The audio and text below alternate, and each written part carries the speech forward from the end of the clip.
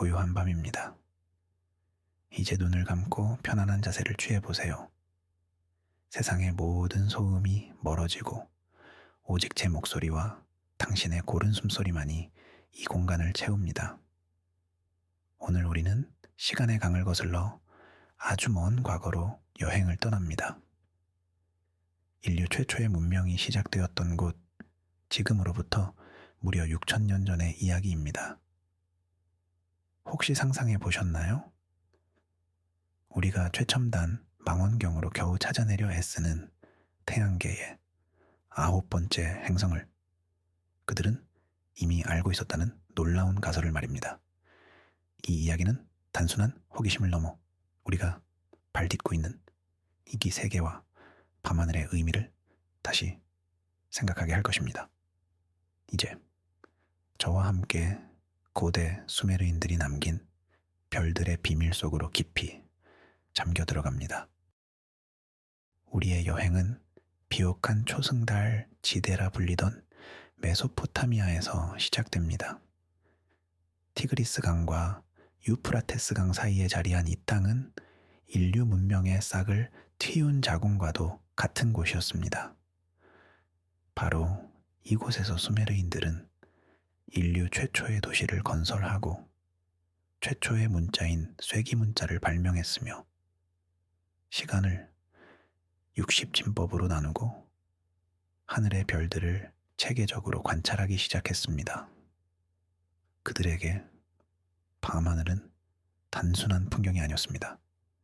별과 행성의 움직임은 신들의 언어이자 미래를 예언하는 거대한 서사시였죠. 그들은 흙으로 빚은 점토판 위에 자신들의 역사와 신화, 그리고 놀랍도록 정교한 천문 지식을 꼼꼼하게 새겨 넣었습니다. 오늘 우리가 탐험할 비밀은 바로 이 수천 년의 세월을 견뎌낸 작은 점토판들 속에 잠들어 있습니다. 수메르인들이 바라본 우주는 살아 숨쉬는 공간이었습니다. 그들은 태양과 달, 그리고 눈에 보이는 5개의 행성에 신의 이름을 붙였습니다. 수성과 금성, 화성, 목성, 토성. 이들은 모두 밤하늘을 가로지르는 위대한 신들이었죠. 그들은 이 신들의 움직임을 기록하며 달력을 만들고 계절의 변화를 예측했습니다. 점성술과 천문학이 구분되지 않았던 시대, 별의 위치는 곧 신의 뜻이었습니다. 수메르의 창조 서사시 에누마 엘리시는 우주의 탄생을 노래합니다. 혼돈 속에서 신들이 태어나고 이들이 싸우고 질서를 만들어가는 장대한 이야기죠. 그런데 이 서사시를 해석하던 학자들은 이상한 점을 발견했습니다. 신들의 계보와 행성의 움직임을 묘사하는 부분에서 우리가 아는 태양계의 구성원보다 더 많은 존재가 등장한다는 사실이었습니다. 마치 숨겨진 배우가 무대 뒤에서 자신의 차례를 기다리는 것처럼 말입니다. 특히 주목해야 할 것은 그들이 묘사한 태양계의 모습입니다. 현대 우리에게 태양계는 태양과 8개의 행성으로 이루어져 있죠. 하지만 수메르의 점토판에는 태양과 달을 포함하여 총 12개의 천체가 그려져 있었습니다. 태양, 달, 수성, 금성, 지구, 화성, 목성, 토성, 천왕성, 해왕성. 여기까지가 10개입니다. 그렇다면 나머지 둘은 무엇이었을까요? 하나는 명왕성이었고 마지막 하나가 바로 오늘의 주인공 미지의 행성이었습니다. 수메르인들은 이 12번째 천체를 니비루라고 불렀습니다. 건너는 행성 혹은 교차의 행성이라는 뜻을 가진 이름입니다. 그들의 기록에 따르면 니비루는 태양계의 다른 행성들과는 전혀 다른 아주 길고 찌그러진 타원 궤도를 가지고 있었습니다. 태양계를 멀리 벗어났다가 아주 오랜 시간이 흐른 뒤에야 다시 돌아오는 신비로운 방랑자와도 같은 행성이었죠. 니비루의 공전 죽이는 상상을 초월했습니다. 수메르인들은 니비루가 태양을 한 바퀴 도는데 사르라는 시간이 걸린다고 기록했는데, 이를 현재의 시간으로 환산하면 약 3600년에 해당합니다. 3600년마다 한 번씩 이 거대한 행성은 화성과 목성 사이를 가로질러 태양계의 중심으로 귀환한다고 믿었습니다. 그렇다면 고대인들은 어떻게 이렇게 먼 궤도를 가진 행성의 존재를 알 수 있었을까요? 그들은 니비루를 단순한 행성이 아닌 그들의 판턴에서 가장 중요한 신들의 고향으로 여겼습니다.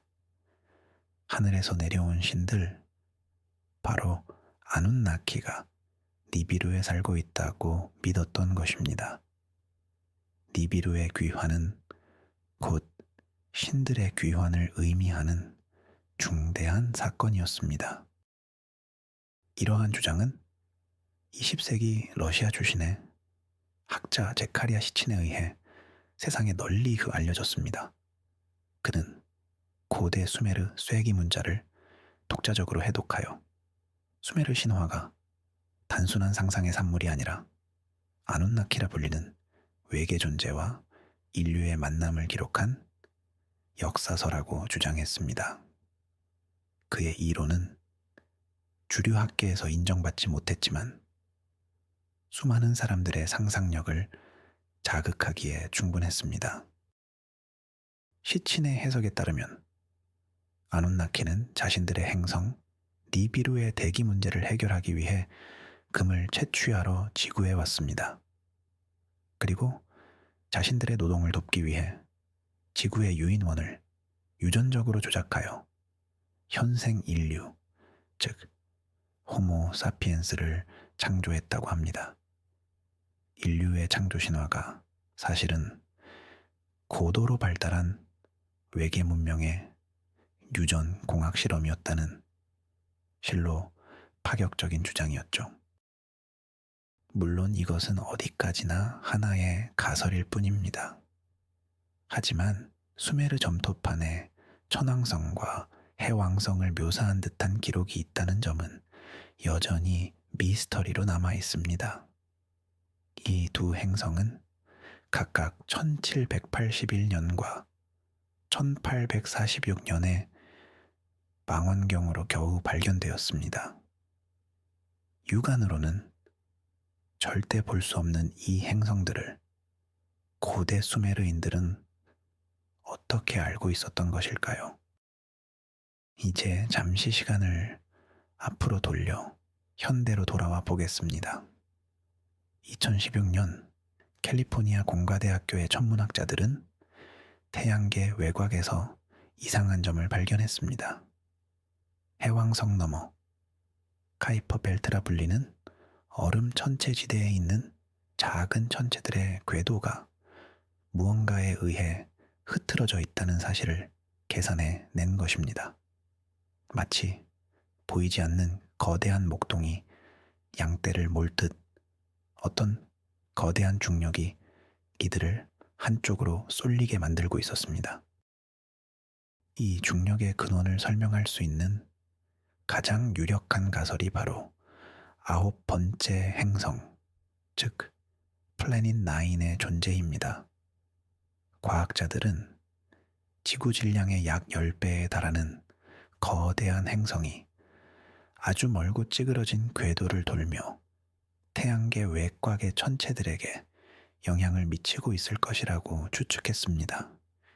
아직 직접 관측되지는 않았지만 수많은 수학적 증거가 그 존재를 가리키고 있습니다. 놀랍지 않으신가요? 현대 천문학이 예측하는 이 미지의 행성은 고대 수메르인들이 묘사한 니비루와 놀라울 정도로 닮아 있습니다. 태양으로부터 아주 멀리 떨어져 있다는 점, 그리고 길고 찌그러진 타원 궤도를 돈다는 점까지 말입니다. 수천 년의 시간을 사이에 둔 두 이야기가 마치 서로를 비추는 거울처럼 마주보고 있는 것입니다. 과학자들은 플래닛 9의 공전 주기를 약만 년에서 2만 년 사이로 추정합니다. 이는 수메르인이 말한 3600년과는 차이가 있지만 중요한 것은 그 개념 자체입니다. 인류의 기록된 역사를 훌쩍 뛰어넘는 장구한 시간 동안 태양계를 떠돌다 돌아오는 거대한 행성이라는 개념을 고대인들이 상상해냈다는 사실 자체가 경이롭습니다. 우리는 여기서 질문을 던지게 됩니다. 이것은 과연 우연의 일치일까요? 아니면 수메르인들은 우리가 잃어버린 어떤 지식을 가지고 있었던 것일까요? 어쩌면 그들은 우리가 상상조차 할 수 없는 방법으로 하늘을 관찰했거나 혹은 그들의 신화가 말해주듯 정말로 하늘에서 온 존재로부터 직접 지식을 전수받았던 것은 아닐까요? 이 미스터리를 더욱 깊게 만드는 것은 수메르의 원통 인장입니다. 베를린 국립박물관에 소장된 한 인장에는 태양을 중심으로 공전하는 행성들이 묘사되어 있습니다. 그런데 놀랍게도 그 행성들의 중심에는 우리가 아는 태양이 아닌 더 큰 별이 자리하고 있으며 그 주위를 도는 행성들 또한 우리가 아는 것과 그 수가 다릅니다. 이는 마치 태양계의 과거 혹은 또 다른 항성계를 그린 것처럼 보입니다. 상상해보세요. 칠흑 같은 메소포타미아의 밤하늘 아래 지구라트 꼭대기에선 수메르의 사제가 별들을 올려다보는 모습을 말입니다. 그의 눈에는 별들이 단지 빛나는 점이 아니라 살아있는 신들의 움직임으로 보였을 겁니다. 그리고 그들 너머에 언젠가 돌아올 위대한 신의 행성 니비루가 있음을 굳게 믿었을 것입니다. 그 믿음은 그들에게 어떤 의미였을까요? 그것은 혼돈과 질서의 순환을 의미했을지 모릅니다. 니비루가 태양계를 지날 때마다 기존의 질서가 무너지고 새로운 질서가 탄생한다고 믿었으니까요. 그것은 파괴의 신이자 동시에 창조의 신이었습니다. 멀리 있을 때는 평화를, 가까이 다가올 때는 거대한 변화를 가져오는 존재였죠. 이러한 순환적 세계관은 고대 문명에서 흔히 발견됩니다. 모든 것은 돌고 돈다는 생각, 영원한 탄생과 죽음의 반복. 어쩌면 니비루라는 존재는 그러한 우주적 순환을 상징하는 거대한 은유였을지도 모릅니다. 3600년이라는 시간은 한 문명이 흥하고 쇠하는 시간을 상징하는 숫자는 아니었을까요? 하지만 만약, 아주 만약에 그것이 은유가 아니라면 어떨까요?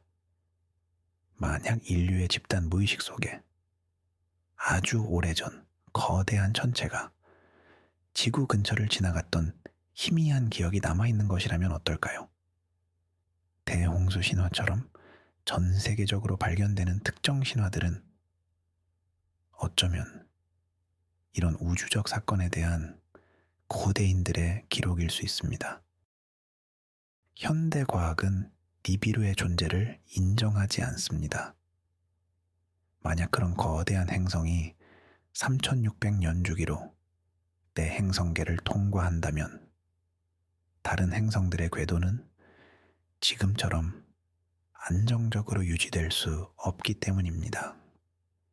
하지만 플래닛 9의 가설은 여전히 유효합니다. 태양계 외곽의 어둡고 추운 공간에 우리가 아직 발견하지 못한 거이니 숨어 있을 가능성은 충분합니다. 어쩌면 진실은 그 중간 어디쯤에 있을지도 모릅니다. 수메르인들이 실제로 어떤 천문 현상을 목격했고 세월이 흐르면서 그 기억이 신화와 뒤섞여 니비루 이야기가 탄생했을 수도 있습니다. 아주 밝은 혜성이 주기적으로 나타났거나 혹은 초신성 폭발 같은 사건이 그들의 우주관에 깊은 인상을 남겼을 수도 있죠. 중요한 것은 사실 여부를 떠나 이 이야기가 우리에게 던지는 깊은 울림입니다. 우리는 스스로를 만물의 영장이라 여기며 과학의 힘으로 우주의 비밀을 모두 파헤칠 수 있다고 믿습니다. 하지만 저 먼 과거의 사람들이 남긴 기록 앞에서 우리는 때때로 겸손해질 수밖에 없습니다. 우리가 모르는 것은 무엇일까요? 우리가 잃어버린 것은 무엇일까요? 어쩌면 고대인들은 우리와는 다른 방식으로 세계를 감각하고 이해했는지도 모릅니다. 논리와 이성보다는 직관과 영감으로 우주의 본질을 꿰뚫어 보았을지도 모를 일입니다. 이제 당신의 의식은 밤하늘을 유영하는 작은 빛처럼 자유로워집니다. 수메르의 지구라트 위를 지나 태양계를 벗어나 저 멀리 카이퍼 벨트의 고요한 어둠 속으로 나아갑니다. 그곳에는 아마도 아직 인간의 눈에 발견되지 않은 9번째 행성이 장구한 시간 속에서 홀로 유영하고 있을 겁니다. 그 행성의 표면은 어떤 모습일까요? 두꺼운 얼음으로 뒤덮여 있을까요? 아니면 메마른 암석 사막일까요? 그곳에도 생명이 존재할 가능성이 있을까요? 어둡고 차가운 세상에 적응한 우리와는 전혀 다른 형태의 생명이 말입니다. 상상은 꼬리를 물고 이어지며 당신을 더 깊은 이완의 상태로 이끌어갑니다. 고대 수메르의 신화와 현대 과학의 가설이 만나는 이 신비로운 교차점에서 우리는 우주의 광대함과 시간의 영원함을 느낍니다. 나의 존재는 이 거대한 시공간 속에서 아주 작은 점에 불과하지만 동시에 이 모든 것을 사유하고 상상할 수 있는 위대한 의식의 일부이기도 합니다. 6,000년 전의 사람들도 우리와 같은 하늘을 보며 같은 질문을 던졌을 겁니다. 우리는 어디에서 왔는가? 이 우주에서 우리는 어떤 존재인가?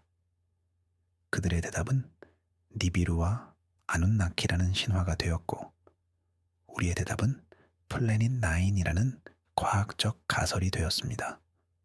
표현 방식은 다르지만 그 근원에는 미지의 세계를 향한 똑같은 경외심이 자리하고 있습니다. 당신의 걱정과 불안은 이제 밤하늘의 별들처럼 아득히 멀어집니다. 3600년이라는 시간에 비하면 하루의 고단함은 얼마나 찰나적인가요?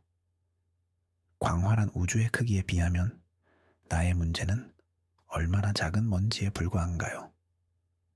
이 깊은 깨달음 속에서 당신의 마음은 편곤을 찾습니다. 수메르인들이 남긴 이야기는 잠들기 전 듣는 오래된 자장가와 같습니다. 그 진위를 따지기보다 그 속에 담긴 신비로움과 상상력에 몸을 맡기는 것이 중요합니다. 이야기는 당신의 무의식 속으로 스며들어 꿈의 세계로 향하는 문을 부드럽게 열어줄 것입니다. 이제 모든 생각이 멈추고 깊고 평화로운 침묵이 찾아옵니다. 당신은 시간과 공간을 넘어선 존재가 되어 별들의 바다를 고요히 항해합니다. 6,000년 전의 지혜와 미래의 가능성이 당신 안에서 하나가 됩니다. 편안하게 아주 깊이 잠드세요. 좋은 꿈 꾸시길 바랍니다. 우리는 오늘 인류 문명의 여명기에 살았던 한 민족이 남긴 놀라운 기록을 따라 긴 여행을 했습니다. 최첨단 과학이 이제 막 그 존재를 예측하기 시작한 태양계의 9번째 행성. 그 행성의 개념이 이미 6천년 전 점토판에 신화의 형태로 새겨져 있었다는 사실은 우리에게 많은 것을 생각하게 합니다. 이것이 정말 놀라운 우연의 일치일까요?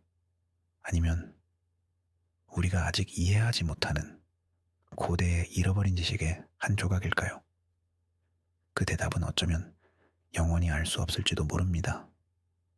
하지만 이 미스터리 자체가 우리에게 주는 선물일 수 있습니다. 우리의 상상력을 자극하고 우리가 아는 것이 세상의 전부가 아닐 수 있다는 겸손함을 가르쳐 주니까요. 오늘 밤 이 신비로운 이야기가 당신의 마음에 평화와 깊은 휴식을 가져다 주었기를 바랍니다. 시청해 주셔서 진심으로 감사합니다. 영상이 마음에 드셨다면 구독과 좋아요를 부탁드립니다. 여러분은 고대 수메르인들의 이야기가 사실이라고 생각하시나요? 아니면 그저 흥미로운 신화라고 생각하시나요? 여러분의 생각을 댓글로 남겨주세요. 그럼 편안한 밤 되십시오.